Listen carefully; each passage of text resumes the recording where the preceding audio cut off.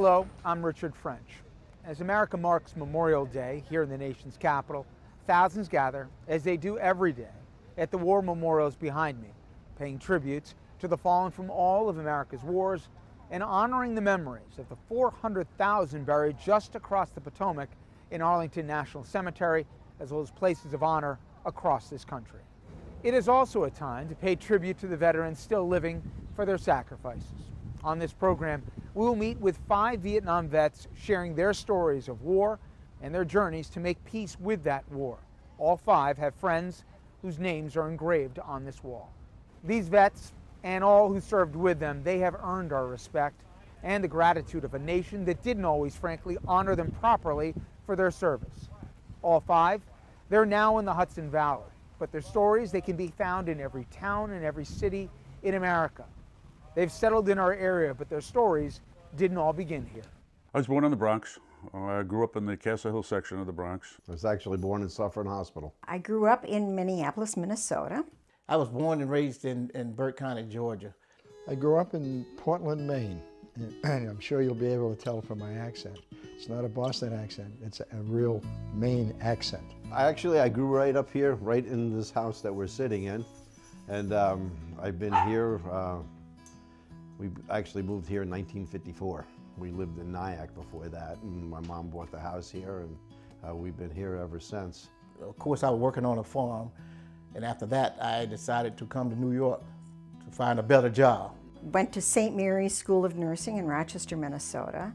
And from there, I worked in an emergency room for 6 months. Went to parochial grammar school, Holy Family, and then St. Helena's High School right near the Whitestone Bridge in the Bronx. I went to the all-boys Catholic high school. My wife went to the all-girls Catholic high school, so you had to figure out how we got together. But we just celebrated our 51st wedding anniversary. So we were high school sweethearts. So you're 17 years old. Obviously, you see what's going on in the world. What was going through your mind? Did you think that you'd be in Vietnam? Not at all. 17 years old is an age where you really don't know, back then, you didn't know what was really going on. I didn't even know what Vietnam was about, to tell you the truth. After high school, had no definite plans of going to college at that point. Didn't wise up until I was 42 years old to decide I had to complete my degree. After I graduated from high school, I went to college for a year and a half. And I wasn't doing very well in those days, much smarter today. But anyway, and the draft was up. I met with a recruiter rather, and we discussed my alternatives about joining the Army. So that's what I did. I volunteered. After a meeting with him, I volunteered to serve. You walk in and you decided to enlist. Talk about that conversation with the recruiter when you said, I'd like to join the military. Well, I walked in and I said, I'd like to join the Army, and I want to go to Vietnam. Well, the recruiter actually was speechless, because nobody says that. But at the time, all of the nurses who were there had volunteered to go. And so that's really where I wanted to be, to take care of the guys that were giving their all. The days of the 60s were a whole lot different than today. I don't want to say I got in a little bit of trouble, but I just had a wild lifestyle. I needed the Army. I decided that I wasn't going to be drafted. I was going to have my own choice. So I had my draft notice, but I walked down to the recruiting office, and the first desk was the Marines. And I never got beyond the first desk. So I enlisted, and I thought I chose a profession that was safe. I was going to be a technician, okay? And then I ended up flying helicopters in Vietnam. I knew that by the following March, when I turned 19, that I was going to be drafted. I did not want to go into the Army. I wanted to go into, I had friends that were in the Army. And the word was getting back about what was going on in Vietnam at that point. And I decided that I would try and get into the Navy. When you decided that you were going to enlist, what was the reaction of family and friends?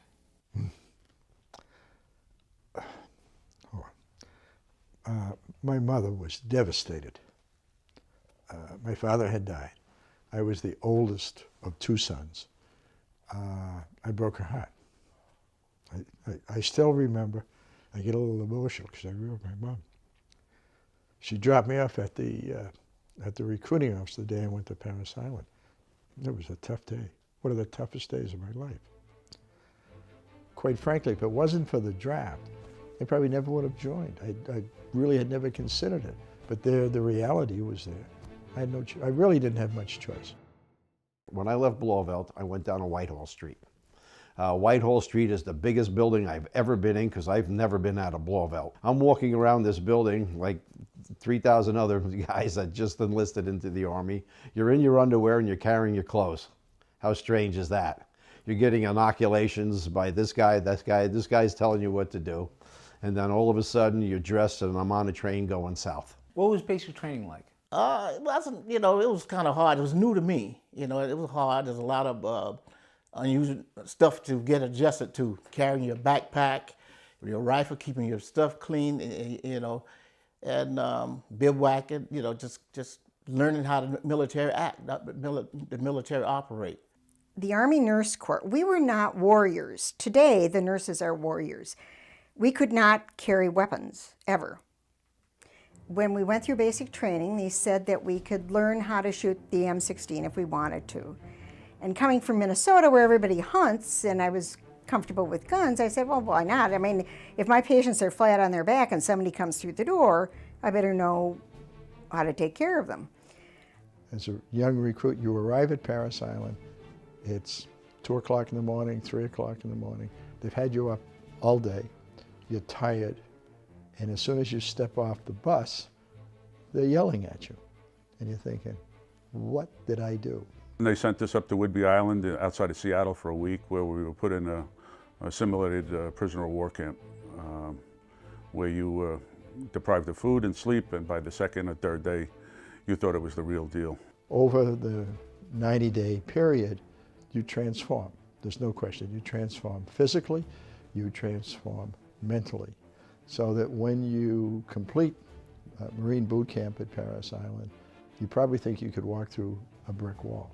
Before I stepped off that plane in Vietnam, I spent a good part of a year out in Fort Carson, Colorado, which I was with the 5th Infantry Mechanized Division. And I seen guys coming back from Vietnam. And some guys already had that, what they call the stare. They've seen everything go on. They've seen life. They've seen death. And I seen those guys and I says, well, don't worry, Charlie, you're good here. You'll never go to Vietnam. I turned 18 years old. I got my orders. Off we go. I got my orders to report to Fort Ord, California. That's where I processed out going into Vietnam in January of 1969. The feeling on the plane on the way over was very positive. All of these wonderful young men, I think there were 2 females on that flight, and all of these wonderful young men wanted to help. Americans want to help. I think it's just the reality that you're in a war zone.